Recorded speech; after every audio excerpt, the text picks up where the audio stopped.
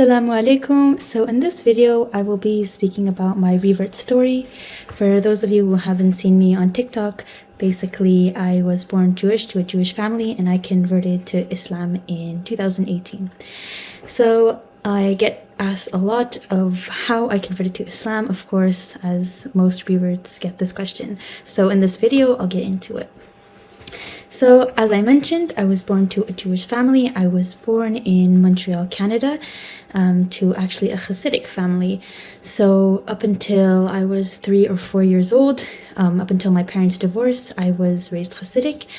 And afterwards, once my parents got divorced, my mother took me and my siblings out of the Hasidic community, but we still remained Jewish, of course, and we still remained in the Jewish community. So just a little background, my father is Ashkenazi Jewish. He is from Eastern, his family comes from Eastern Europe, and my mother is Mizrahi and Sephardic. And that means her mother was born in Morocco and her father was born in Yemen, and my mother was actually born in occupied Palestine, or as you know, Jewish people call it, Israel. So growing up, I always considered myself Israeli Jewish, Moroccan, Yemeni, Ashkenazi, all of the above, but definitely was held very close to my Jewish ethnicity, and still today I do consider myself Jewish ethnically, which people sometimes have difficulty understanding, but I still consider myself as an ethnic Jew who is religiously Muslim. So to start, I guess, how it all began, it's definitely a long story. So I went to a Jewish school my whole life, obviously up until the end of high school. So at that point, I was super Jewish, believed in God. I always believed in God, but I believed in Judaism specifically. I believed in the Torah. I believed in the teachings of Judaism because I had a Jewish education and I held really closely to that. Since I went to Jewish school, I was also actually a staunch Zionist. I was super pro-Israel. And yeah, I held really closely to my religion and to, I guess, what I thought was my nationality, being Israeli. So my whole high school and elementary, I considered myself Jewish, and I practiced Judaism pretty religiously. My family, although they left the Hasidic community, we still remained like modern Orthodox or conservative, so we still dressed modestly, and we kept Shabbat, we kept all the holidays, we kept fully kosher, and I mean, we still do keep fully kosher in my family's home. So yeah, it was only until I graduated high school, once I left, the Jewish community, that I started meeting, non-Jewish people. And it all started basically when people would start asking me questions about Judaism, and I would answer them, and sometimes I'd be met with challenges. They would challenge me, but this. For example, I had a woman ask me about Shabbat, and I explained to her because the Torah says that we must cease work on the seventh day, because God created the world in 6 days, and the seventh day He rested. And she was like, yeah, but how come you can't use your phone? You can't do this, you can't do that. There are a lot of rules. And, it started putting a lot of doubt in me. And I remember that question specifically from that woman. I still remember who asked me that. Her name was Mary, and I worked with her at a grocery store. And anyways, I still remember that, and it really stuck with me. And at that point, soon after, I started realizing that a lot of things that Jewish people were doing didn't make sense to me. And I was like, So I started distancing myself away from Judaism. For example, I started sneaking my phone on Shabbat, so I wasn't keeping Shabbat fully like my family was. So I'd be in my bed under my covers because I shared a room with my sister, and I'd be on my phone. So it kind of started like that. And I started having a bit of doubt in my heart about what I was practicing. And then I basically started distancing myself from God. So I lived like that for a few months. But then at one point I was like, I feel alienated from God. I feel like I need to become closer to God. I feel like I need to mend my relationship with God, because I was starting to feel, empty without God's presence in my life. So before going to school every day on the bus, I took a little Tehillim, which is a book of Psalms, which was written by the King David. And I started reading that, and I was like, what, hopefully that's going to, ignite my, my passion, my, in Arabic we say my iman, my faith So I started reading that, and like it was really nice. It was a nice book, and I remember one thing in particular that I remember that kept reoccurring was how King David mentioned that he was prostrating in prayer to God. We prostrate in prayer to you, God, and it was mentioned over and over and over and over again. And that got me curious. I was like, why don't Jews prostrate during prayer? So I googled it. I went to Chabad.org, blah blah blah. I did a lot of research, spoke to rabbis, but like it still did not like satisfy me. All the responses I was getting were not satisfactory to me. So I was like, this is weird. So as I was doing a lot of research, like I was writing Jews prostrate during prayer, the sect of the Karaite Jews came up. So the Karaite Jews are Jews who follow strictly the Torah, and they don't follow like the Talmud and other rabbinical texts or interpretations. And it was at that point that I realized that like Judaism, like standard modern Judaism that people practice today, is called Rabbinic Judaism because it is inspired, not inspired, but a lot of the rules and a lot of the holidays and the regulations that Jews practice today are from rabbis, from rabbinical interpretations, sages basically from the past. And it was at that point that I was like, that's strange. Like, but it also explained my questions. Like, why do we do this on Passover? Why do we do this on Hanukkah? Why do we do this on Rosh Hashanah? And it answered a lot of my questions. I was like, it makes sense because they're following the interpretations of rabbis and they're not following, like strictly, they're following the word of the Torah, but these specifications, even like the Shabbat, restrictions don't come specifically, all of them from Torah. So I was like, you know what, maybe I should look into Karaite Judaism because it made sense to me. They were following strictly the Torah.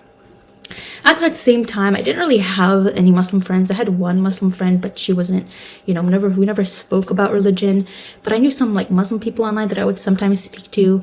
And one time I had like a whole conversation with, it wasn't a friend, it was like a Muslim online friend that I never met. Actually, I never really met in real life.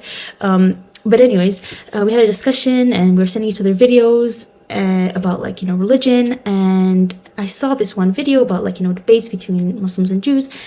And I started realizing at that point that Islam and Judaism are so similar. It was also at that point that I realized that Jews and Muslims believe in the same God, and also Christians, but that's not really relevant to the story. But till this point, I basically thought that Muslims worshipped a different God. They worshipped Allah, which is a different God. I realized that Allah is actually just the name for God in Arabic, just like Dieu is Arabic and French.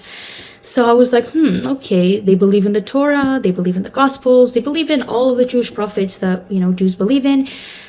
And the only thing that they believe in more is the Prophet Jesus and the Prophet Muhammad as the seal of the prophets and the Quran as the word of God. So basically that's the only addition that it has to over Judaism. And I also, while I was Jewish, was like, oh yeah, Muslims stole our texts. They're just reusing, they're like copying our texts. That's really what I believed. And I realized that it wasn't copying Jewish texts. It was literally the same God. So God was continuing his message. It's the same message. And it just has, I guess, some like new information, some new tweaks. And I explained it to myself as like, it's like an update. People don't like when I use that term, but in my head, I was like, it's like an update to Judaism. So at that point, I was like, okay, it's not a whole different thing. And I decided to actually start looking to Islam. And also, when I was thinking about, when I was reading the Tehillim and I realized that, he was saying, well, we prostrate in prayer to God, I did actually think of Muslims. So I was like, okay, that makes sense why Muslims pray to God. Pray to God, in like the way they do with like prostration, because that's what God wanted. That's what God says. And that's how Jews were praying up until a certain point, until the rabbis came along and said, we don't pray this way anymore. And I also remember, how like Muslims pray without their shoes on. And I was like, that makes sense because a mosque is a holy ground. When you pray when you speak to God, you're speaking to someone so holy, so you have to respect them and take off your shoes. And I thought of, the time when Moses spoke to God and in the burning fire, the Snebo el Ba'esh. I'm not sure exactly what it's called in English, but it's like the fire. And God said, please take off your shoes to speak to me and to address me. And this was holy ground, so he had to take off his shoes. And I was like, that makes sense. And it was like little things like this. At this point, I still was not like actually considering being Muslim, but it was little things like that it kept being added into, like, I kept realizing that I was like, okay, Islam makes sense. This makes sense. Until one point I was like, you know what, I'll read the Quran. And I started reading the Quran, and the Quran made sense. And I was like, like, there's nothing wrong with it. It's perfect.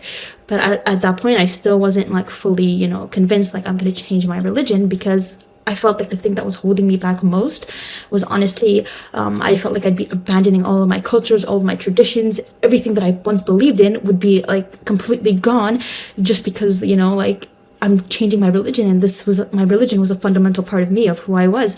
And I had a really hard time, drifting, like separating myself from that, accepting Islam. But at some point I realized that actually accepting Islam and being Muslim and practicing Islam would actually make me a better Jew.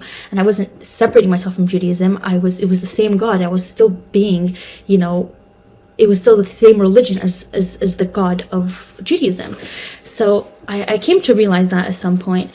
And it was just over time, like I said, many little things that I learned about Islam that made sense to me, even the modesty and, how the modesty of, like, how Muslims dress, it made sense to me. And I'm like, my whole life, modesty made sense to me because I was raised Jewish, and it just all made sense to me.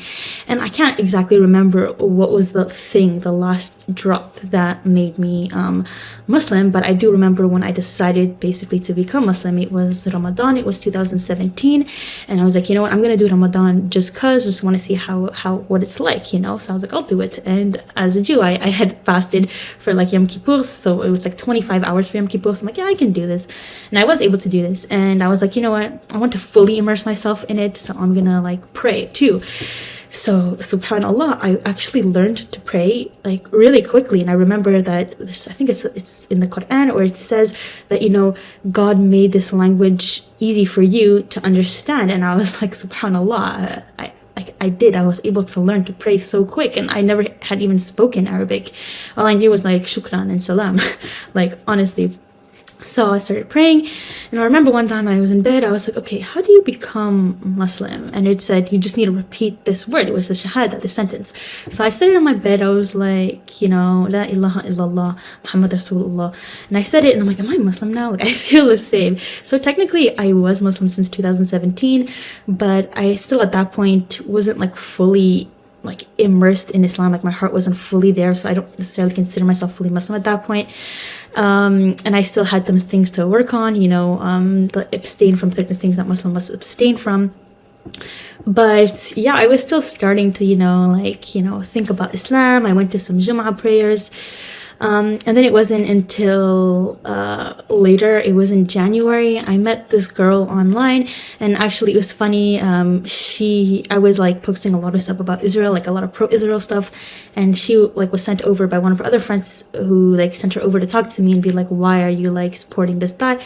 And anyways, we started talking, and then I told her, like, we started hanging out too. And then at one point, I told her, I'm like, you know what, I want to just convert to Islam. Like, I want to do it. I want to fully do it. So it was in January 26, 2018 that I actually converted to Islam. I took my shahada, and that's when I consider myself fully Muslim.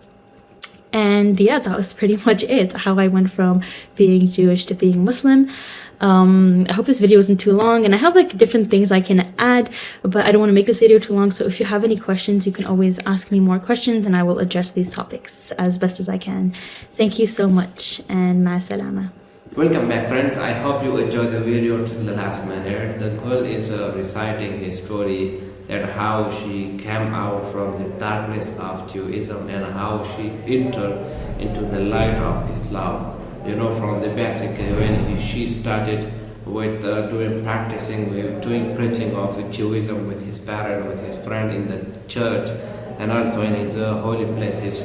So she said that I used to watch the videos of Muslim community, and also I used to learn looking my parents, my parents, that how they are doing worshipping of his idol. He was doing the worshipping in his Judaism. She was talking about the religions and also about their worshipping their places. Then later on that the girl said that I have watched a video of Muslim community that Muslims are offering prayer 5 times a day. they are giving more rights to the woman, because if you look at in Europe, there were no rights to the woman. Here in Islam, if a boy want to marry, so he proposed girl, he proposed the girl's parents, he proposed the girl's friends. So then they discuss meeting that how they will be able to get married. But if you look at the Europe culture, in European Western culture, the woman going to the man that I will be work from 6 to 7, I will earn that money, and I will doing that, kindly marry me, and kindly. So in that way, in European countries, in Western Unions, there were no rights to the human, there were no rights to the girl. They use the girl just to wrap it, just to use like an ice cream, just, suck the milk, suck the cream, and then leave it. This is the story of European culture. So the girl said that in his entire life, she has been studied that there were no respect for women in European culture, and in Muslim community there are a lot of respect to the woman, especially the female creature. So that's why I accept the Islam. Subhanallah. So this is the video. The moral of the video is that if you really love Islam, kindly time the people, kindly ask the people, kindly research about it. You will be really find that Islam is the religion of peace, and Islam is the only religion which has been giving the complete rights to the human. I hope you enjoyed the video. If you like the video, subscribe the channel and share it with your friends.